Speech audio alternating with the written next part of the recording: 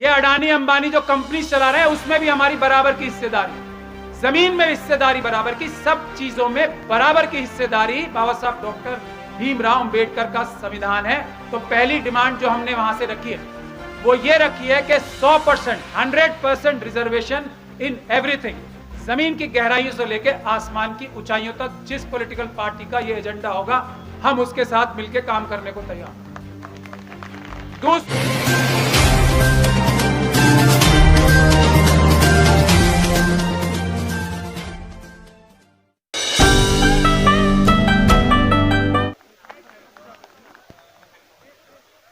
मुद्दे की बात यह है, राजेंद्र पाल गौतम जी ने अभी ये कहा कि हम लोग कानून के दायरे में रह के बात करेंगे। मुद्दे की बात यह है कि जो भी अंबेडकरवादी होगा वो हमेशा संविधान और कानून के अंदर रहकर ही बात करेगा, कभी बाहर जाके बात कर ही नहीं सकता। ये पहली मुद्दे की बात। तो हम लोग जो भी बोलेंगे कानून और संविधान के दायरे में ही बोलेंगे। और दूसरी बात, जो आरएसएस के लोग हैं, मनुवादी लोग हैं, वो कभी भी संविधान और कानून के दायरे में रह के बात ही नहीं कर सकते, ये भी बात तय है। तो हम लोगों को इस बात से डरना ही नहीं चाहिए, क्योंकि संविधान, कानून, शांति हम लोगों की रूह में है, आत्मा में है। खुल के बोले, जो मन में आता है बोले। हम आपके वकील हैं, हम आपके समाज के वकील हैं, बिल्कुल डरने की बात नहीं है। हमारे अंदर से कभी भी कोई भी बात संविधान और कानून के खिलाफ आ ही नहीं सकती, और उनके अंदर से कभी भी कोई संविधान और कानून की बात आ ही नहीं सकती। इसी चौक पे भारत का संविधान जलाया गया था, 5 साल हो गए। इसी चौक पे, इसी पुलिस स्टेशन के पार्लियामेंट स्ट्रीट के डीसीपी और एसएचओ साहब को हमने, क्योंकि उनके सामने संविधान जलाया गया था, हमने मुलजिम बनाने के लिए कोर्ट में दरखास्त लगा रखी है। जो कमिश्नर ऑफ पुलिस हैं, ये सुन ले ध्यान से, पुलिस वाले सुन ले, कमिश्नर ऑफ पुलिस है ना दिल्ली के, वो मुलजिम बनने की तैयारी में है इसी केस में, लेकिन संविधान जलाने के खिलाफ एक्शन लेके तैयार नहीं। दूसरी बात, हमने एक मुस्लिम, ऑल इंडिया मुस्लिम महापंचायत का बनाया। उसमें हमने कहा कि यह पंचायत तो मुसलमानों की है, लेकिन इसमें मुसलमानों से पहले एससी, एसटी, ओबीसी और दूसरी माइनॉरिटीज की आवाज उठेगी। ध्यान से सुन लीजिए, 5 ही मिनट में खत्म करूंगा। हमारे से पुलिस के लोगों ने कहा कि ऊपर से आदेश है, मेरे जो लोग मिलने गए, मैं तो जाता नहीं।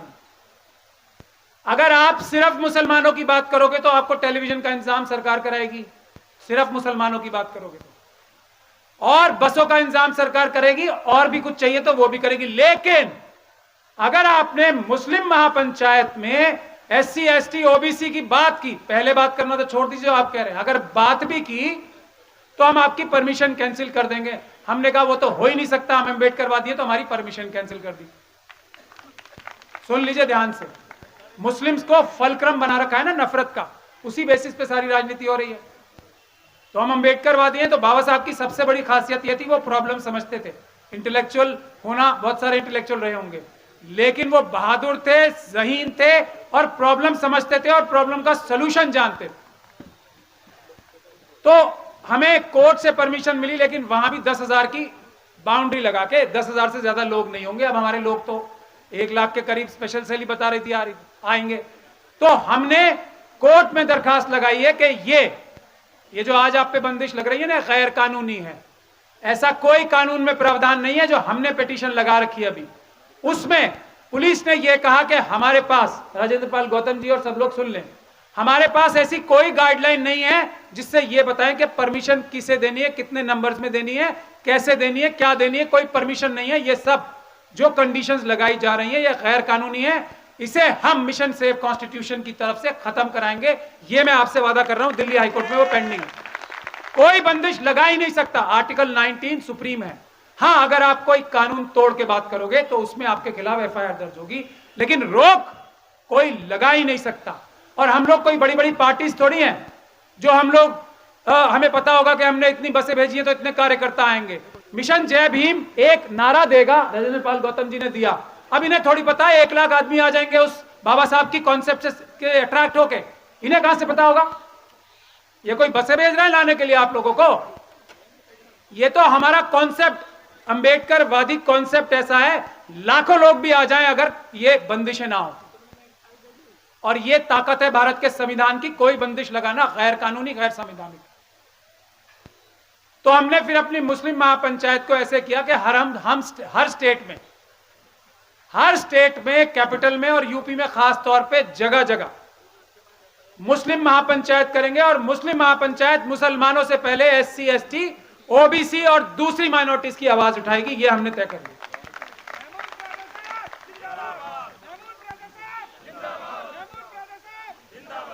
राजेंद्र पाल गौतम साहब के साथ बैठ के हमारी छोटी बहन रितु यहां बैठी हैं, उसी प्रोटेस्ट में कुछ एक मसौदा तय हुआ था जिसके बारे में राजेंद्र पाल गौतम जी ने अभी बताया।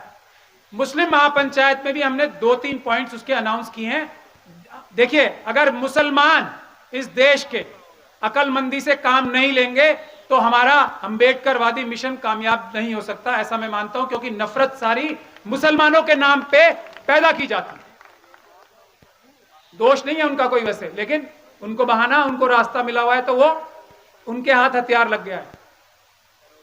तो हमने मुस्लिम महापंचायतों में ये एजेंडा रखा है। हम चाहते हैं कि यहां भी आप सब लोग, विद्वान लोग, उसको कंसिडर करें। पहला, जो जिसकी जितनी संख्या भारी उतनी उसकी हिस्सेदारी।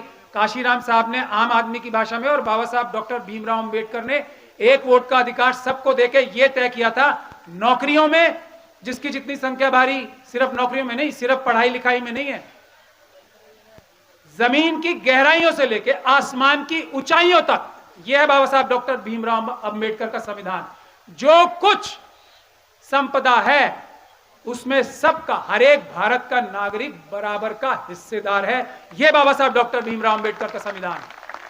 इसका मतलब क्या हुआ कि जुडिशरी में ही नहीं, जज साहब बैठे हैं हमारे, जुडिशरी में ही नहीं, पार्लियामेंट में ही नहीं, असेंबलीज में ही नहीं, दूसरी इलेक्टेड बॉडीज में नहीं, बिजनेस में, ये शेयर मार्केट चल रही है ना, उसमें भी बराबर की हिस्सेदारी। ये अडानी अंबानी जो कंपनी चला रहे हैं उसमें भी हमारी बराबर की हिस्सेदारी, जमीन में हिस्सेदारी बराबर की, सब चीजों में बराबर की हिस्सेदारी बाबा साहब डॉक्टर भीमराव अंबेडकर का संविधान है। तो पहली डिमांड जो हमने वहां से रखी है वो ये रखी है कि 100%, 100% रिजर्वेशन इन एवरीथिंग, जमीन की गहराइयों से लेकर आसमान की ऊंचाइयों तक। जिस पॉलिटिकल पार्टी का यह एजेंडा होगा हम उसके साथ मिलकर काम करने को तैयार। दूसरा, हमारे जो एससी, एसटी, ओबीसी और माइनॉरिटीज और विमेन के जो कमीशंस हैं उसको जुडिशियल पावर्स और उसकी सिलेक्शन वैसे होगी जैसे सीबीसी होता है। ऑपोजिशन का मेंबर भी होगा उसमें, जो लीडर ऑफ ऑपोजिशन होगा, सरकार का भी नुमाइंदा होगा, सुप्रीम कोर्ट के जज भी होंगे। एससी, एसटी, ओबीसी और माइनॉरिटीज की जितनी कमीशंस हैं, महिलाओं की जो कमीशन है उसको जुडिशियल यानी कि न्यायिक पावर्स मिलनी चाहिए। बाबा साहब डॉक्टर भीमराव अंबेडकर ने एससी, एसटी कमीशन अपनी कलम से संविधान में लिख के उनको सुप्रीम कोर्ट के बराबर बनाया था।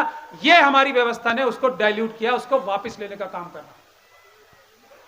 तीसरा, जितने भी हमारे बेनेवोलेंट यानी कि हमारी हितों की रक्षा करने के लिए कानून है, एससी एसटी एक्ट, वक्फ एक्ट, एससी एसटी सब प्लान, जिसमें हर एक बजट में कहीं का भी होगा एससी और एसटी कम्युनिटी के लिए बजट में उनकी संख्या के हिसाब से रिजर्वेशन होगी बजट में, उसको इंप्लीमेंट करने के लिए कानून ऐसा बनाया जाएगा।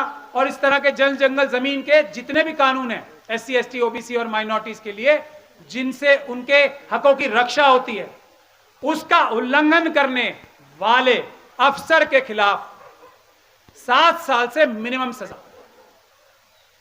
ये तीसरा। और चौथा आखिरी ये है कि संविधान की जो पार्ट 3 है, और ये कह के मैं अपनी बात खत्म करूंगा, पार्ट 3 जो है फंडामेंटल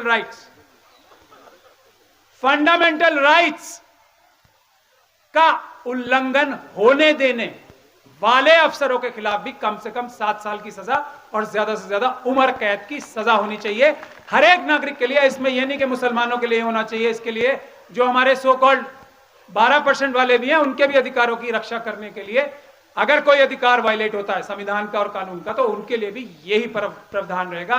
ये अंबेडकरवादियों का मन है, ये अंबेडकरवादियों की सोल है, ये हमारी आत्मा है कि सबको बराबरी का हिस्सा।